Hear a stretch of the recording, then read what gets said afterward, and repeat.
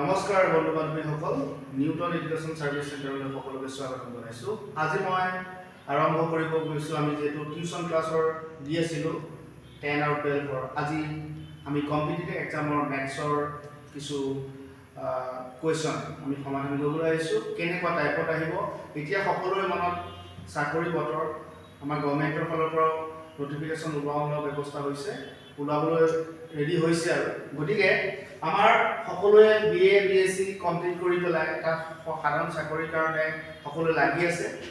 এতিয়া আমাৰ এডিআৰই 2.0 হৈ গৈছে, এডিআৰই 3.0 আহি আছে।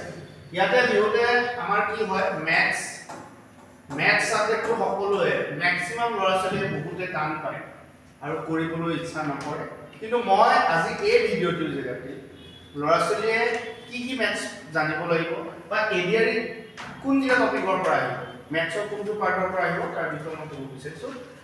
আজি মই মেথছৰ এটা কথা কৈছোঁ, তোমালোকক যোৱা বছৰ কোৱাড্ৰেটিক ইকুৱেশ্যন যিটো আমাৰ দ্বিঘাত সমীকৰণ বুলি কোৱা হয় তাৰ ওপৰত আহিছিলে। যেনিবা সাপোজ মই লিখিছোঁ x² + 2x + 3, এই দ্বিঘাত সমীকৰণটোৰ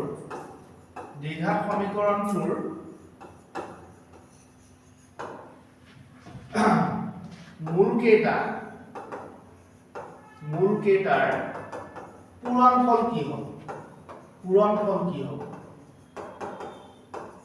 এতিয়া বহুত ল'ৰা ছোৱালীয়ে বুজি নাপায়। ইয়াত শৰ্ট টিপছ এটা আছে, ইয়াৰ আমি শৰ্ট টিপছটো যদি আমি জানো তেতিয়াহ'লে এইটো সোনকালে কৰিব পৰা যায়। এনেকুৱা মেথছ এটা আহিব, যোৱা বছৰ আহিছে।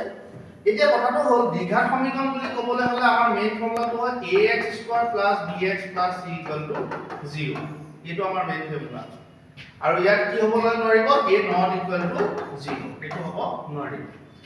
এতিয়া আমি এটা দ্বিঘাত সমীকৰণৰ হ'বলৈ হ'লে ইয়াৰ 0 গিটা ধৰি লৈছোঁ আমাৰ আলফা আৰু বিটা, সকলোৱে ক্লাছ 10ৰ লেভেলৰ হয়, আলফা আৰু বিটা বুলি ধৰি লৈছোঁ। এতিয়া ইয়াৰে আলফা + বিটা = ফৰ্মুলাটো হয় -b/a আৰু আলফা বিটা = হয় c/a। এতিয়া কথাটো হ'ল যে শূন্য দুটাৰ সমষ্টি বা মূল বুলি ক'ব পাৰে। দ্বিঘাত সমীকৰণৰ এটা মূলো হয় শূন্যও হয়, একে কথা। মূল কেইটা এতিয়া ইহঁতৰ ধৰি লৈছোঁ এটা দ্বিঘাত সমীকৰণৰ মূল আলফা আৰু বিটা, তে আলফা প্লাস যোগ কৰিলে কি হয় -b/a, এইটো ফৰ্মুলা হয়, আৰু আলফা বিটা = কি হয় c/a, এইটো এটা ফৰ্মুলা। এতিয়া মূল কেইটা পূৰণফল বুলি কৈছে, মূল কেইটা কিন্তু দিয়া নাই, গতিকে আমি এটা কথা চাব লাগিব, ইয়াত x² কোএফিচিয়েন্ট কি হয়। a = আমি ইয়াত গম পাইছোঁ 1, b মানে হৈছে ইয়াত কি হৈছে 2, c মানে কি হৈছে ইয়াত 3। গতিকে আমাক বিচাৰিছে মূল কেইটাৰ পূৰণফল, কিন্তু মূল কেইটা আমি নাজানো মানে কি, আমি আলফা বিটা ধৰি লৈছোঁ, আলফা আৰু বিটা বুলি আমি ধৰি লৈছোঁ।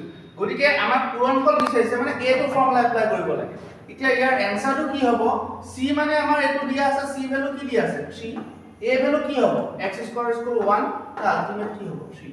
গতিকে 3 ইজ দা ৰাইট এনসাৰ। এইটো তোমালোকে এক্সামত আহিব, এনেকুৱা টাইপৰ এটা মেথছ তোমালোকে পাবা। আজি মই এই ভিডিঅ'টিৰ যোগেদি তোমালোকক আগলৈ ভিডিঅ' দি থাকিম। ধন্যবাদ।